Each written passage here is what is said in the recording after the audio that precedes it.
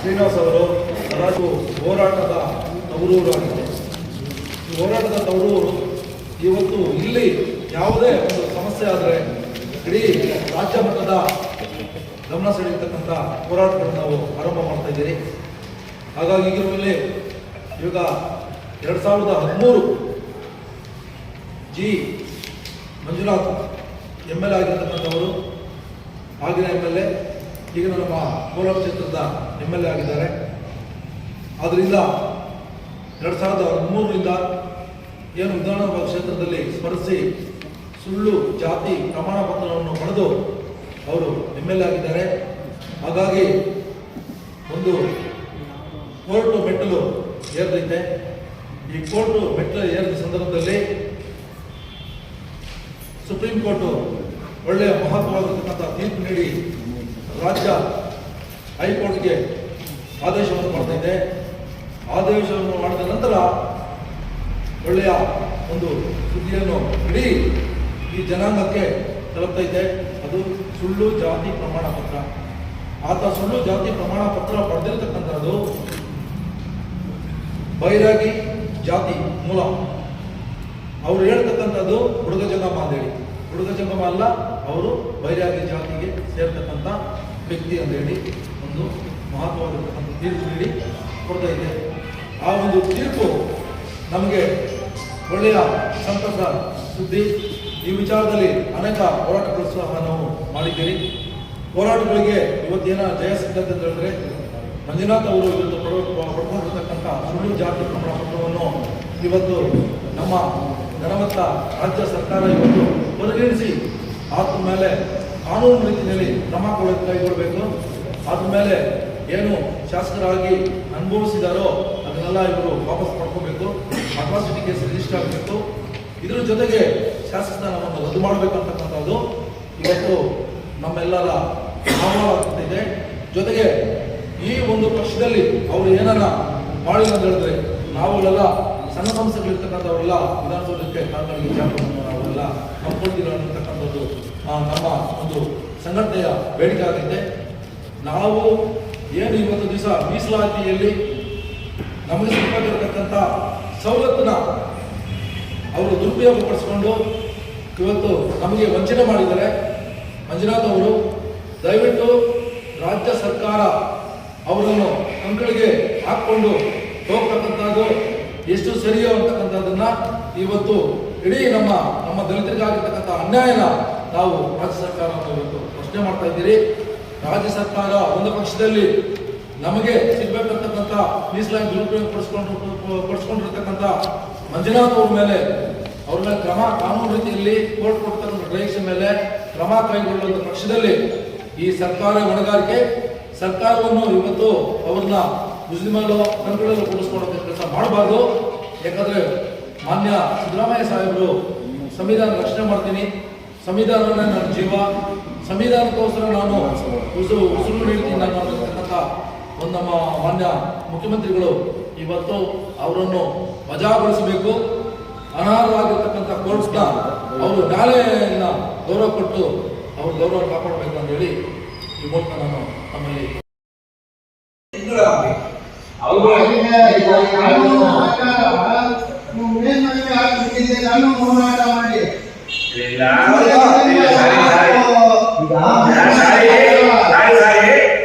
ಕಾನೂನು ವ್ಯವಸ್ಥೆಯಲ್ಲಿ ಮೇಲ್ಮೈ ಸಲ್ಲಿಸೋದು ಯಾವಾಗ ಬಂದ್ರೆ ಸರ್ಕಾರ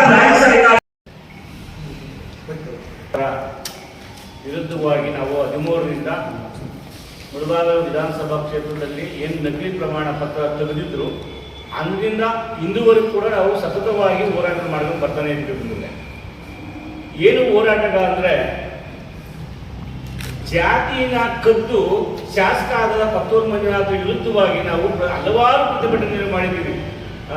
ಬೈಕ್ ರ್ಯಾಲಿ ಮಾಡಿದ್ದೀವಿ, ಅರಗತ್ತಲೆ ಮಾಡಿದ್ದೀವಿ, ಉಳ್ಳು ಸೇವೆ ಮಾಡಿದ್ದೀವಿ, ಪಂಜಿನ ಮೆರವಣಿಗೆ ಮಾಡಿದ್ದೀವಿ. ಎಲ್ಲ ಮಾಡಿದ್ರು ಕೂಡ ಆ ಮನುಷ್ಯ ಅವನು ಮಾತಾಡ್ತಾನೆ ಬಂಧುಗಳೇ. ಏನಪ್ಪಾ ಅಂದ್ರೆ ಲೇಲಕ್ಕರ್ಸು, ನಾನು ಆಗೋಷ್ಟು ಲೇಲಕ್ಕರ್ಸು ಆ ಲೇಲಕ್ಕ ಶಿವಕಾಗೋ ಯೋಗ್ಯದವ್ರನ್ನ ಹೋರಾಟ ಮಾಡಿದ್ರೆ ನಾನು ಉತ್ತರ ಕೊಡಕ್ಕಾಗೋದಿಲ್ಲ ಅಂತ ಹೇಳ್ತಾರೆ.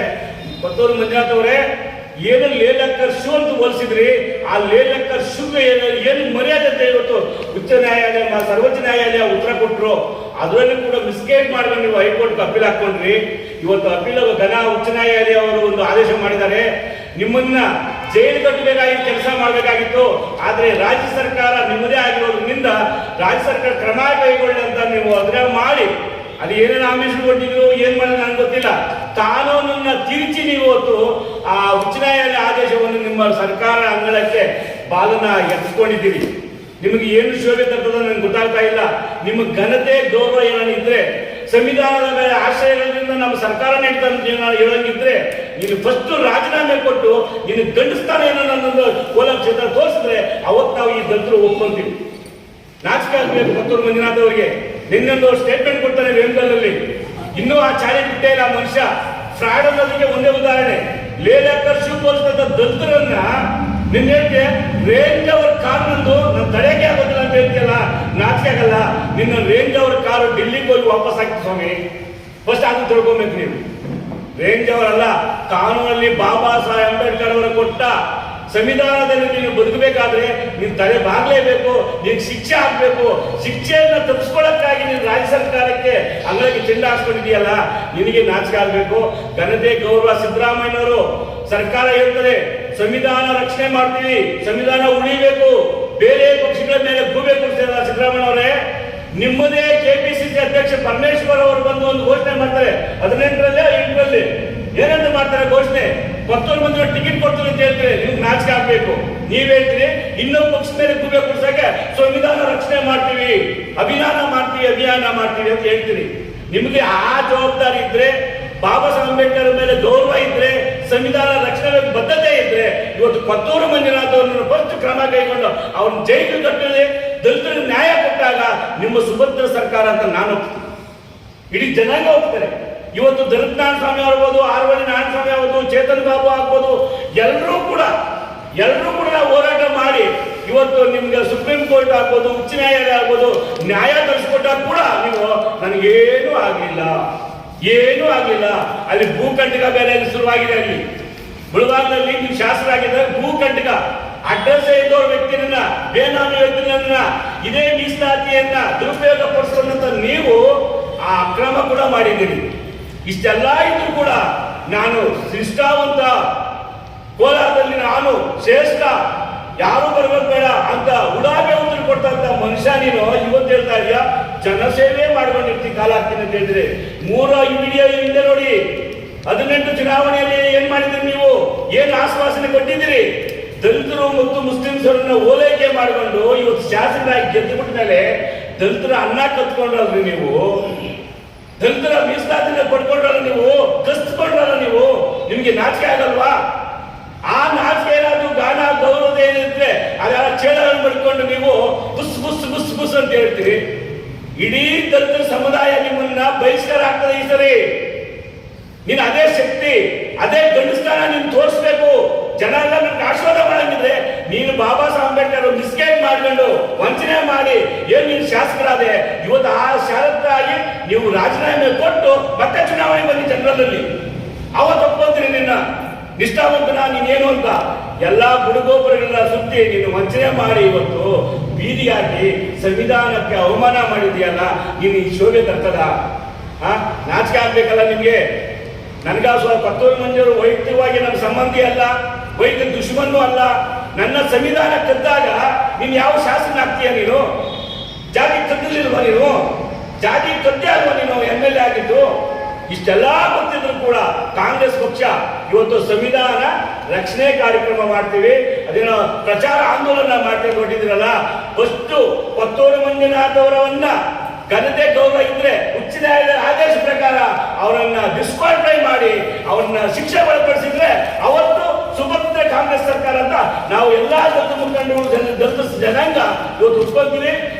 ಜಾತಿ ಕದ್ದವ್ರೆ, ನಮ್ಗೆ ಅನ್ಯಾಯ ಆಗಿದೆ, ನಮ್ಗೆ ನೋವಾಗಿದೆ, ಲೇಡರ್ ಶೂ ಬಳಸಿದ್ದಾರೆ. ಆ ಮನುಷ್ಯನ ನೀವು ಶಿಕ್ಷೆ ಒಳಪಡಿಸೋವರೆಗೂ ಹಂತವಾಗಿ ಕೋಲಾರ ಜಿಲ್ಲೆ ಮಾತ್ರ ಸ್ಟಾರ್ಟ್ ಆಯ್ತು, ಮುಳಬಾಗಿಲು ತಾಲೂಕಲ್ಲಿ ಸ್ಟಾರ್ಟ್ ಆಯ್ತು ಹೋರಾಟ.